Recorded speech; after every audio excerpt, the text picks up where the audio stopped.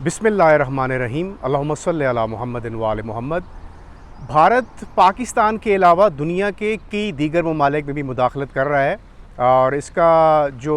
Evidence है वो हमने अभी देख लिया है। और कनाडा की जो इंटेलिजेंस एजेंसी है उसने ये राज फाश कर दिया है और ये चीज़ सामने आई है कि भारत जो है वो ना सिर्फ कनाडा के अंदर मुदाखलत कर रहा है बल्कि जो भारत की तहरीक खालिस्तान के रहनुमा हैं उनको निशाना बनाने का वाज़े इरादा रखता है। जी, ये कैनेडियन इंटेलिजेंस रिपोर्ट है जो उस वक्त जारी हुई जब नरेंद्र मोदी साहब ने कल गुज़िश्ता रोज़ जो G7 समिट के बाद के 7 समिट के मौके पर जो G7 समिट का मौका था उस पर उन्होंने अपने काउंटर पार्ट जो कैनेडियन काउंटर पार्ट हैं उनसे मुलाकात की। उस मुलाकात में उस मीटिंग के दौरान जो बॉडी लैंग्वेज है मोदी साहब की वो क्या थी और उन्होंने क्या फरमाया वो आप इस क्लिप में एक दफ़ा सुन लें। जी, तो आपने देखा कि किस तरह नरेंद्र मोदी साहब इस अपनी तकरीर में दावा कर रहे हैं कि वो कनाडा के साथ ताल्लुकात चाहते हैं और बेहतर बुनियादों पर उन ताल्लुकात को उस्तवार करना चाहते हैं। लेकिन उनकी ये जो स्टेटमेंट है ये एक दिन के बाद ही एक्सपोज हो गई और उनका जो असल चेहरा है, जिस तरह वो पाकिस्तान के अंदर अपनी हरकतें करने से बाज नहीं आते और टेररिज्म को प्रमोट करते हैं और जो उजरती कातिल हैं पाकिस्तान के अंदर जो टेररिस्ट ऑर्गेनाइजेशंस हैं उनको भारत जिस तरह सपोर्ट करता है, एग्जैक्टली उसी तरह की जो मुदाखलत है वो उन्होंने कनाडा के अंदर भी की हुई है। और इससे पहले आपको पता है कि भारत और कनाडा के ताल्लुकात सफारती सतह पर ख़त्म हो चुके हुए थे। अब ये ऐसा मौका था जब G7 समिट था और इसके ऊपर उम्मीद ये की जा रही थी कि कनाडा के साथ अब जो ये रिलेशंस हैं ये आगे बढ़ेंगे। लेकिन इस रिपोर्ट के बाद बहुत सारे जो सवालात हैं वो उठते हैं कि भारत आखिर चाहता क्या है और ख़ित्ते में उसने जो अपनी डोमिनेंस बनाने का जो एक ख्वाब देखा है। पहले तो पाकिस्तान के में उन्होंने जो अपनी ये ख्वाब जो है यहाँ पे चिकनाचूर हुआ, जो सपना देखा था वो यहाँ पर चिकनाचूर हुआ और अब जो कनाडा के साथ उनकी एक गठजोड़ थी और उसको आगे बढ़ाने के लिए वो कोशिश कर रहे थे और ताल्लुकात बेहतर करने की कोशिश कर दे, वो धड़म से एक 24 घंटे भी नहीं गुजरे और वो भारत को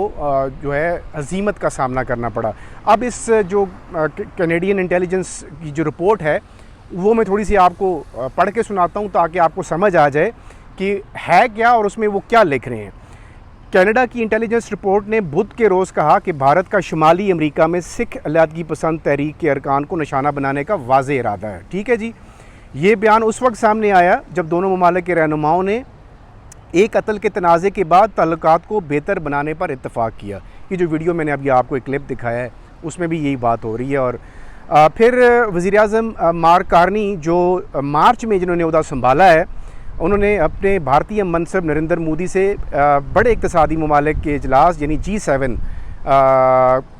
के मौके पर मुलाकात की और मोदी को कैनेडियन रॉ की पहाड़ियों में ग्रुप ऑफ 7 इजलास के मौके पर मदऊ किया। ठीक है जी, अब मदऊ तो कर लिया, आपको बुला भी लिया, आपसे शेक हैंड भी कर लिया, आपको होस्ट भी बना लिया। अब आप उनके मुल्क में कर क्या रहे हैं?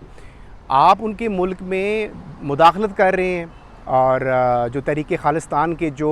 रहनुमा हैं इससे पहले भी आप क्रेडिबल इन्फॉर्मेशन थी और कनाडा के पास इस बात का वाज़ेह सबूत भी था कि भारत ने उनके जो बड़े बड़े रहनुमा हैं उनके ऊपर अटैक करवाने में भरपूर किरदार अदा किया है। अच्छा जी, अब आगे बढ़ते हैं। ये अब मैं इसकी तफसील आपको आगे जाके बता रहा हूँ कि किस किस तरह यानी ये जो रिपोर्ट है इसमें जो तहरीक खालिस्तान के रहनुमाओं हैं। अब CSIS को कहता है कि कैनेडियन सिक्योरिटी इंटेलिजेंस सर्विस के मुताबिक हरदीप सिंह निजार का कत्ल भारत की खालिस्तान तहरीक के ख़िलाफ़ दबाव बढ़ाने की एक इलामत है और शुमाली अमेरिका में इन अफराद को निशाना बनाने के वाज़े इरादे जो हैं वो भारतीय इरादे जो हैं वो इस बात की अक्कासी करते हैं कि भारत जो है इन रहनुमाओं को वहाँ पर निशाना बनाना चाह रहा है। ठीक है, अब फिर ये इंटेलिजेंस कहती है कि भारत को चीन, रूस और दीगर ममालिक के साथ एक मुस्तकिल गैर मुल्की मुदाखलत के ख़तरे के तौर पर भी शनाख्त किया गया है। अब देखें इंडिया का जो सबसे बड़ा इशू है वो ये है कि वो अपने आप को एक इमर्जिंग पावर के तौर पर देखना चाहता है, लेकिन उसका ख्वाब पता नहीं क्यों चिकनाचूर हो जाता है। जिस तरह उन्होंने अब यूनाइटेड स्टेट्स की बातों में आकर जिस तरह उन्होंने पाकिस्तान के ऊपर एक हमला किया और पहलगाम को निशाना एक जवाज़ बनाया, और उसके बाद उन्होंने इस चीज़ को लेकर के पाकिस्तान के ऊपर चढ़ाई की, और फिर दोनों मुल्कों के दरमियान जो न्यूक्लियर आर्म्ड हैं उनके दरमियान एक कॉन्फ्लिक्ट बनता है, और फिर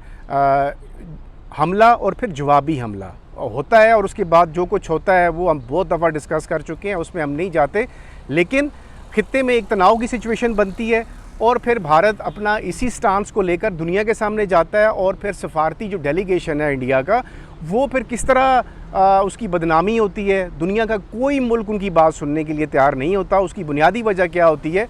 कि वो जो कुछ भी वो कह रहे होते हैं वो झूठ पर मबनी है। दुनिया को ये पता चल चुका है, ख़ास तौर के ऊपर वेस्टर्न जो कंट्रीज़ हैं उनको ये पता चल चुका है कि इंडिया जो है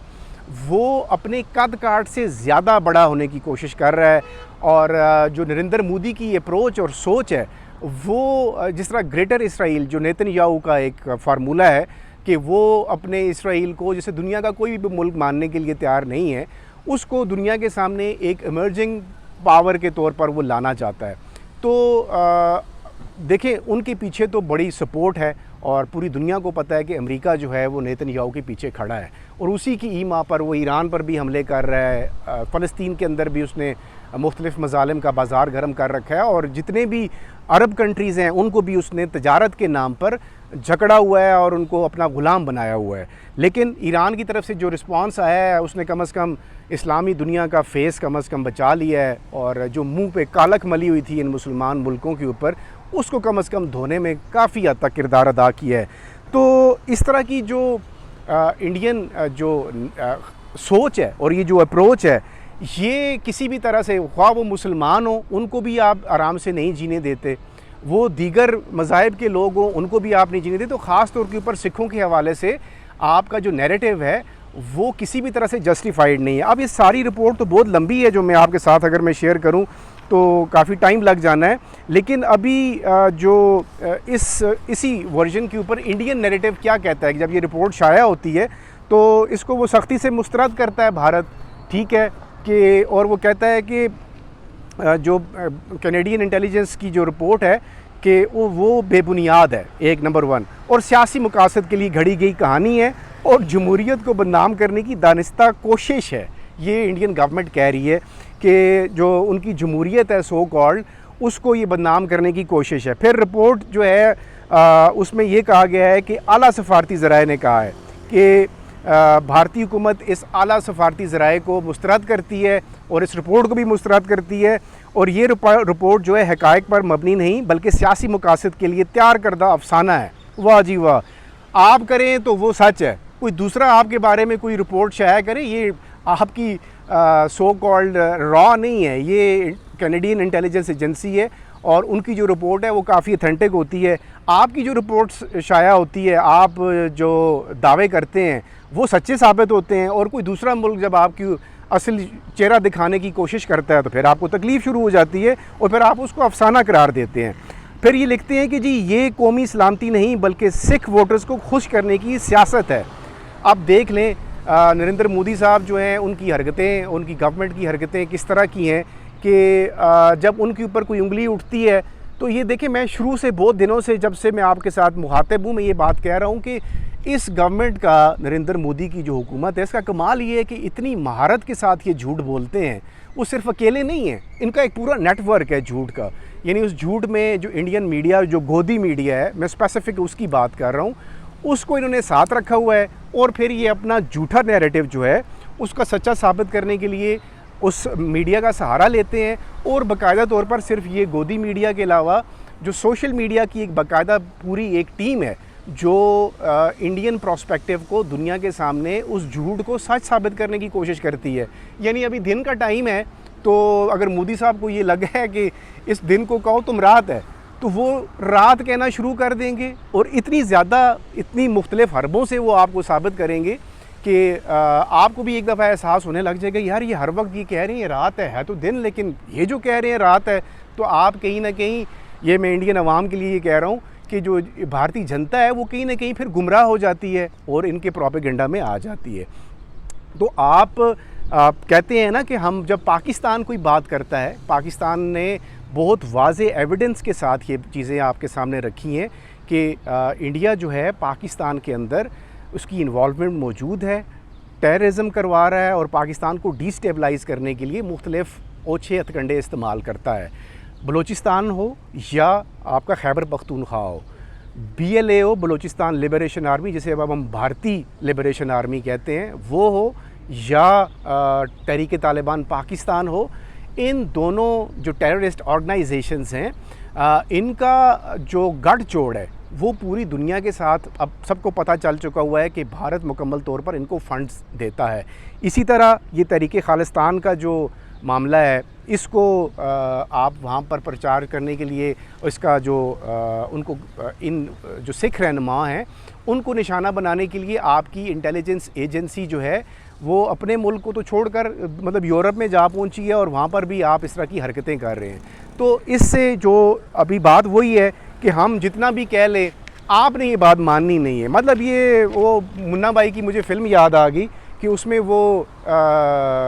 हॉस्पिटल से वो एक सीन है कि जब मुन्ना भाई को कहते हैं कि इसको एक्सपेल कर दें, निकाल दें, संजय दत्त जो एक रोल कर रहे होते हैं मुन्ना भाई का, तो उसमें वो कहते हैं अपुन यहाँ से नहीं जाएगा। तो यहाँ भी पोजीशन वही है कि अपुन नहीं मानेगा। तो ये इंडिया का एक ऐसा वतीरा है कि जो झूठ को सच में बदलने के लिए भरपूर कोशिश करते हैं, लेकिन आप बुरी तरह एक्सपोज होते जा रहे हैं। नरेंद्र मोदी साहब, आप अपनी जनता जो पढ़ी लिखी जनता है वो आपसे अब इन चीज़ों से नाला हो चुकी है और भारत के अंदर जो शोर बर्पा हो रहा है और जो लोग आपसे सवाल कर रहे हैं, आप उन सवालों के जवाब दें। आप सबसे पहले तो ये बताएं कि जो आपने पाकिस्तान के साथ जो खिलवाड़ किया है और पाकिस्तान के साथ आपने जो एक सपना देखा था कि पाकिस्तान के ऊपर चढ़ दौड़ेंगे और आप उसके ऊपर जो है अपना असर और रसूख कायम कर लेंगे, खित्ते में आपकी बड़ी बदनामी हो गई है। दुनिया में आपको खिफ़त का सामना करना पड़ रहा है, दुनिया आपके ऊपर हंस रही है। ख़ास तौर के ऊपर ये ज़्यादा लंबी चौड़ी बात नहीं है, ये अभी 10 घंटे भी नहीं गुजरे इस बात को कि हमारे army chief general Asim Munir जो फील्ड मार्शल हैं, उन्होंने ट्रंप साहब के साथ बाकायदा तौर पर इस मीटिंग में डिनर पर उनको लंच पे बुलाया गया और उस लंच के बाद जो प्रेस टॉक हुई, मैंने पिछले वीलॉग में बताया है कि उन्होंने बहुत वाज़े तौर पर कहा कि मैंने जनरल आसिम मुनीर को उनका शुक्रिया अदा करने के लिए बुलाया है। आपको क्यों नहीं बुलाया गया? आपकी वो जो डिप्लोमेसी है, जो आपकी फ़ॉरेन पॉलिसी की कामयाबी है, वो कहाँ पे है? आपको G7 समिट से आप निकल जाते हैं और फिर पहले आपको लारा लगाया जाता है कि मोदी साहब आपसे ट्रंप साहब मुलाकात करेंगे और फिर आपको इग्नोर कर दिया जाता है। फिर आप टेलीफोन पे उनसे बात करते हैं और सुना है कि टेलीफोन पर भी काफ़ी आपकी तबीयत उन्होंने खुश की है। तो उसके बाद अब आपको ये बात समझ आ जानी चाहिए कि आप जितनी आपकी लिमिट है, जितना आपका कद काट है, आप उसके अंदर रहकर अपने मुल्क को चलाएं। आप तरक्की करें, कोई शक भी नहीं, आप तरक्की कर रहे हैं, लेकिन उस तरक्की के साथ साथ आप धौंस और धमकी की जो पॉलिटिक्स है उसको तर्क करें। आप खित्ते में कोई चैम्पियन बनने की कोशिश ना करें। अब ये पुराना वक्त नहीं रहा। आपने जो एक ख्वाब और एक सपना देखा था वो आपका भी रिसेंटली चिकनाचूर हुआ है और अब आपको कम से कम बाज आ जाना चाहिए। ये जो कनाडा की इंटेलिजेंस एजेंसी ने रिपोर्ट पेश की है, इसके बाद आपका असल चेहरा लोगों के सामने आ जाना चाहिए और आपको भी ये समझ आ जानी चाहिए कि जो चीज़ आप करना चाह रहे हैं वो इतनी आसान नहीं है और लोग आपकी बातों में आने वाले नहीं हैं। आइंदा आने वाले दिनों में आप कहते हैं कि मैंने संदूर ऑपरेशन संदूर है वो जारी रखा हुआ है। मुझे बताएं तो सही, वो जारी कहाँ है? यानी क्या कोई नज़र नहीं आ रहा वो ऑपरेशन संदूर? ज़रा पता चले। ये सवाल मेरा भारतीय गवर्नमेंट से भी है जो कहती है कि हमने ऑपरेशन संदूर जारी रखा हुआ है। तो जारी किस लिए रखा हुआ है? आप अपने साथ ही ऑपरेशन कर रहे हैं, किसी हॉस्पिटल के अंदर ऑपरेशन हो रहा है, कहाँ हो रहा है? तो ये सारे सवालात जो हैं इनके जवाब लोग आपसे मांग रहे हैं, मैं नहीं मांग रहा। इंडिया के अंदर जो अपोजिशन है वो आपसे ये सवाल पूछ रही है और आपकी जो जनता है वो आपसे ये सवाल पूछ रही है कि आपने ऑपरेशन संदूर करके जो हासिल किया उसका क्या मकसद था और ऑपरेशन संदूर अगर है तो वो कहाँ है?